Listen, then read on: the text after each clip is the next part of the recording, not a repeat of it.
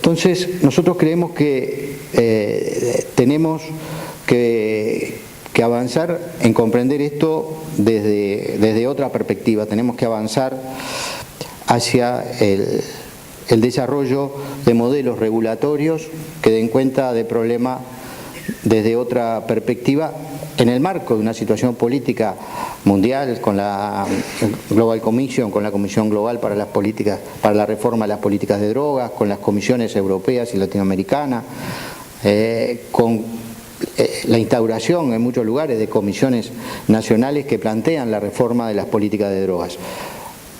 Una reforma que tiene que romper con esta concepción, desde nuestro punto de vista, dicotómicas.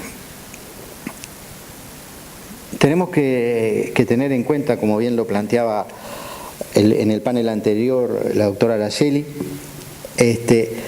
que las convenciones son lo que son y han tratado de imponerle al mundo una visión única de este tema, una solución sencilla. Hay un problema que es que las drogas producen daño y la forma de solucionar esto es prohibir todos los aspectos que tienen que ver con la misma. Y esto se le ha impuesto a todos los estados y hay que reconocer que durante 50 años el mundo hizo un seguimiento irrestricto de esto, salvo honrosas excepciones, porque no podemos empezar que este tema que está marcando esta segunda década del siglo XXI empezó hoy, ¿no? Australia empezó en los años 70, Holanda, como lo decían recién, empezó en los años 70, a decir, este no es el camino, busquemos por otro lado. Y hoy tenemos que mirar esas alternativas, aprender de ellas, ver los defectos, ver las posibilidades que nos brinda, aprender, como estamos aprendiendo de lo que pasa en los estados de Washington y Colorado,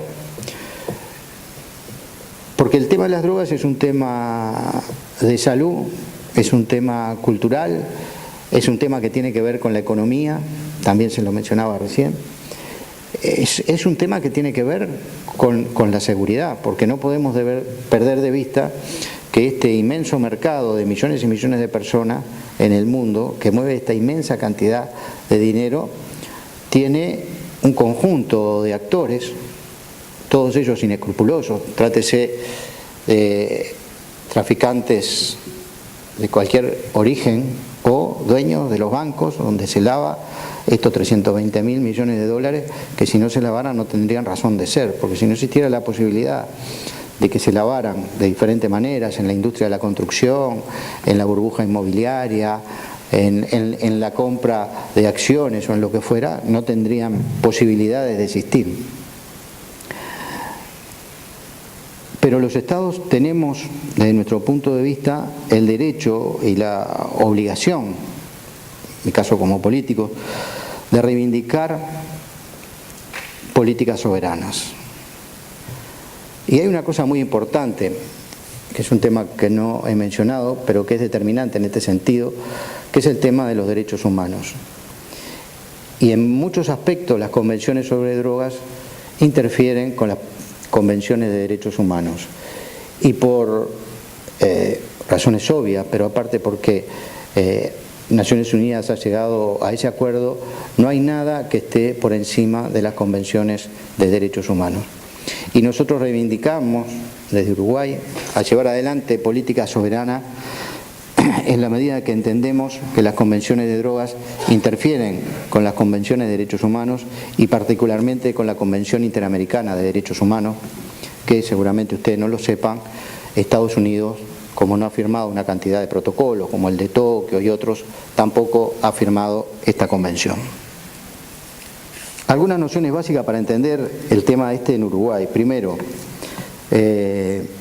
Uruguay es un país muy pequeño, tiene las dimensiones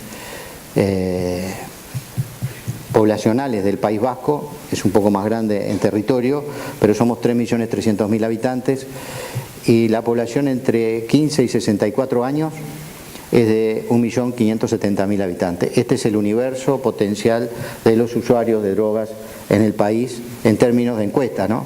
Hay algunos datos por abajo y algunos datos por arriba, pero que no son significativos cuando hablamos en términos poblacionales. Y nosotros nos encontramos con esta... Digo esto para poder entender, porque como reivindicamos políticas soberanas, no creemos que lo que nosotros estamos haciendo pueda ser un modelo para nadie, ¿no? Como tampoco el supuesto modelo holandés ha sido un modelo para nosotros, aunque lo hemos estudiado, tomamos elementos de ello y aprendemos de ello y tratamos de hacer desarrollos que tengan que ver con nuestra propia realidad. Como hemos estudiado y tomado elementos de los 17 estados que hoy en Estados Unidos regulan el cannabis medicinal, o como el caso de Australia y demás. En este país, o en esta realidad, hay un aspecto que en el plano internacional marca, ¿no? Es que desde hace 10 años, como bien se mencionaba recién, hay un conjunto de personas, de gente, de diferentes nacionalidades, con diferentes perspectivas, que ha generado algo nuevo, que son los movimientos sociales canábicos. Que de pronto para las generaciones como la mía, que venimos desde las dictaduras latinoamericanas, desde una perspectiva insurreccional, más política, pueden parecer raros, pero son las reivindicaciones de derechos que tienen algunos no tan jóvenes, si vienen desde muchos años en esto y hay que reconocerlo, pero que sobre todo en los últimos 10 años se han incorporado masivamente a un conjunto de reclamos de derechos que pasan, por ejemplo, en los países de América Latina, en Uruguay particularmente, por el derecho al aborto, por el derecho al matrimonio igualitario, por un conjunto de aspectos que hacen a la forma de democracia del siglo XXI. En este país tenemos algunas condicionantes, ¿no?, que son importantes. La existencia de movimientos canábicos de este tipo que han forzado, ¿no?, que han puesto el tema en la agenda y que han planteado una serie de cuestiones. Creo que en el plano internacional hay un movimiento muy importante y para América Latina esto sí que es determinante, que es la Comisión Latinoamericana por Drogas y Democracia, que como se mencionó en el panel anterior, tiene la integración, por ejemplo, de Vargas Llosa, de García Márquez, de Carlos Fuentes, de diversas vertientes ideológicas y políticas, o Fernando Enrique Cardoso, Ernesto Zedillo, César Gaviria, personas, algunas más liberales como Fernando Enrique, o más conservadoras como César Gaviria, ¿no?, que han dicho, nosotros hemos estado al frente de esto, hemos sido presidentes y las soluciones que se nos ofrecen no nos dan resultado. Este posicionamiento en el plano internacional, este movimiento de pensamiento, donde están figuras en la Comisión Global como Volcker, que fue presidente de la Reserva Federal de Estados Unidos durante 2 periodos, o Kofi Annan, ¿no?, ha sido muy relevante para entender que es necesario cambiar esta política. En el Uruguay también la academia, ¿no?, también de alguna manera se lo mencionó en el panel anterior, pero nosotros teníamos y tenemos, ahora con media sanción, pero tenemos una incongruencia. En el Uruguay, el artículo 10 de la Constitución, somos una constitución republicana y liberal, dice que la autoridad de los magistrados no puede llegar a los actos privados de las personas en la medida en que estos actos privados no afecten a terceros. Entonces, nunca estuvo prohibido el consumo de drogas. Y cuando se legisla por primera vez en el año 74, en plena dictadura militar, incluso se aplica la convención, se traduce la convención a la legislación nacional, se traduce la convención del 61 y el modificativo del 61 y el modificativo del 71, y no se pena el consumo. Entonces queda un agujero legal. Y con el tiempo, y cuando el consumo se empieza a masificar, nos encontramos con una incongruencia, que no está prohibido un acto pero sí todos los actos preparatorios necesarios para consumar ese acto que es el de consumir. Y esto genera una incongruencia desde el punto de vista de la doctrina jurídica que es relevante y que tiene efectos sobre las personas. Otro aspecto importante fueron las organizaciones no gubernamentales que venían planteando el tema de que no podía enfocarse esto desde la perspectiva de la criminalización, sino que había que incluir otro conjunto de visiones, como es la visión de la salud, la visión de la cultura, la visión de los derechos. Los movimientos sociales, que ya lo mencionó, que son determinantes. Entonces, de este conjunto de factores es que nos empezamos a plantear este problema.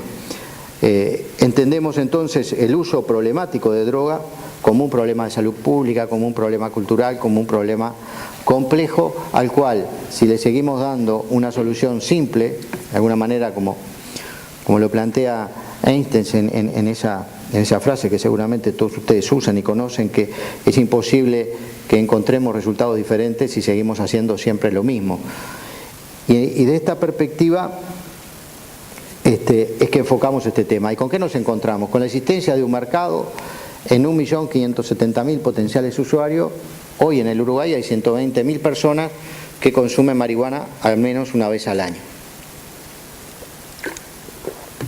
Y sabemos que estos datos de alguna manera están subestimados porque son producto de una encuesta de hogares que se va a las casas de la persona, se toca timbre, se le dice, se le hacen 80 preguntas, dentro de las 80 preguntas hay 2 o 3 que dice: ¿usted ha consumido drogas alguna vez en su vida? Y bueno, ahí hay una cantidad de gente que responde que sí, pero si una persona es un abogado, un médico, y aunque sepa que esto está bajo secreto, difícilmente responda ligero de cuerpo: sí, he consumido, ¿no?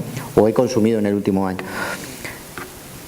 Entonces, sobre la existencia de este mercado, nosotros nos proponemos una alternativa de regulación porque creemos que es posible no vencer en el sentido de la guerra al narcotráfico, aunque todas las guerras tienen al final de cuentas una salida política. No hay ninguna guerra que solamente termine con el aplastamiento del contrario, y mucho menos esta en la que la humanidad se ha embarcado en los últimos 50 años. Porque si se termina así una guerra, al tiempo reaparecen de una u otra forma alternativas a esa solución, entre comillas. Nosotros nos hemos propuesto apropiarnos de la razón de ser del narcotráfico, que es el lucro. El narcotráfico no tiene ningún otro objeto, no le importa la marihuana, no le importa la cocaína, no le importa nada, no tiene ninguna visión de esta sustancia en específica. Es una realidad económica, es la actividad que genera más lucro de todas las actividades económicas que se realiza en el marco de este sistema global del capitalismo transnacional. Y bueno, ¿cómo regulamos? Lo primero es un marco conceptual, es que todas las sustancias que tienen riesgo para la salud, y nosotros creemos que la marihuana tiene riesgo para la salud y que eventualmente puede producirle daños a algunas personas que la consuman para la salud, como también el tabaco, como también el alcohol y como también otras sustancias que tienen más riesgos, y algunas fueron mencionadas acá, como el caso de la cocaína. Bueno, que todas estas sustancias que tienen riesgo para la salud, en primer lugar, no pueden ser tratadas como un producto ordinario. Cuando hablamos de marihuana, cuando hablamos de alcohol, cuando hablamos de tabaco, no es lo mismo que cuando hablamos de harina, de maíz, de corbatas o de zapatos. Estamos hablando de productos no ordinarios que a lo largo de los últimos 500 años de hegemonía del capitalismo fueron mercantilizados. pero como yo decía al inicio, eran productos que tenían una regulación de otro tipo y fueron transformados en una mercancía. Y nosotros lo que nos estamos proponiendo, y quizás eso no tenga mucho que ver, esto que voy a decir, con esta situación, con esta feria que ustedes tienen hoy aquí, desmercantilizar las sustancias. Y lo empezamos a hacer en el año 2006 con el tabaco. En el Uruguay hay una regulación muy restrictiva del uso del tabaco. No se permite desde el año 2006 consumir en espacio cerrado, no se permite la propaganda, no se permite diferenciar una marca de cigarrillo light de otra dura. Se han reducido toda la publicidad en la calle, en la televisión, en todos los aspectos. ¿Por qué? Porque entendemos que sí, que las personas tienen derecho a consumir tabaco, lo que quieran consumir, pero que una cosa muy diferente es la existencia de la mercadotecnia aplicada a estos productos. Y eso nos ha dado un resultado, evaluado por universidades uruguayas y norteamericanas a 6-7 años de aplicación de esta normativa. Los problemas vinculados a la salud de carácter cardiovascular que causaban muerte y que causan muerte se han reducido en un 22%. El consumo de tabaco en el conjunto de la población bajó significativamente. En los hombres bajó del 34 al 27%, y en las niñas, niños y adolescentes bajó del 32 al 12%.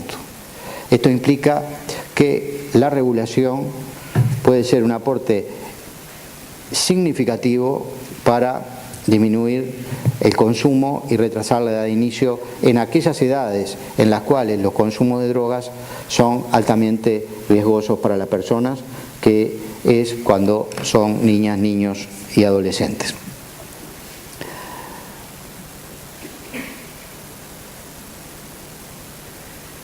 Entonces, partiendo de esta premisa de que las sustancias que tienen riesgo importante para la salud tienen que ser reguladas, también hemos enviado al Parlamento una ley para regularizar el mercado del alcohol, que casualmente en muchos casos opone más resistencia que regularizar el mercado de la marihuana.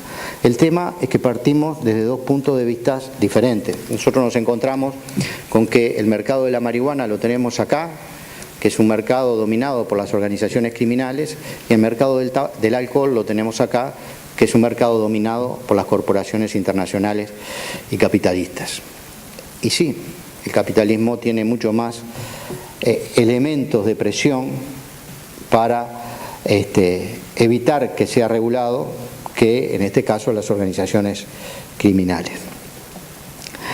Pero bueno, ¿cómo proponemos regular sobre este concepto básico? Evitando en la mayor medida de lo posible el desarrollo de cualquier forma de mercado, otorgando licencias para la producción sobre la base de que no exista competencia entre productores por calidades, por precio, ¿no? Otorgando licencias diferenciadas para el acopio y la distribución, y otorgando licencias también diferenciadas a estas otras para el expendio. Hemos también en esta propuesta desarrollado formas para habilitar el autocultivo y para habilitar la existencia de clubes de membresía canábica con un conjunto de regulaciones y reglamentaciones restrictivas, habilitando también el desarrollo de una industria medicinal a partir de la planta en estado natural, y el desarrollo de también de licencias para la producción farmacéutica a partir de la transformación de la planta para cuestiones farmacéuticas. Y finalmente hay un apartado que habla de la regulación porque en el Uruguay también estaba prohibido, salvo para investigación científica, el cáñamo industrial para un uso genérico. Esto es globalmente lo que estamos intentando hacer. Seguramente muchos de ustedes ya lo manejen, pero el proyecto que hemos presentado tiene media aprobación, tiene la aprobación de la Cámara de Diputados. Estamos en periodo electoral, el proyecto fue aprobado por los votos del Frente Amplio, que es el partido de gobierno. Hubieron varios diputados de los partidos de la oposición que expresaron su voluntad de apoyar el proyecto, pero que su partido le inhibía de votarlo por un tema político, lo cual nos parece razonable en el marco del sistema de partido. Lo que sí lamentamos que es una ley que quisiéramos hubiese tenido el apoyo en su forma de votación, ¿no?, de legisladores de otros partidos, porque le daba más legitimidad al inicio. Nada más, simplemente, bueno, agradecerle a quienes me invitaron y espero que les haya podido aclarar en algo lo que estamos haciendo. Muchas gracias.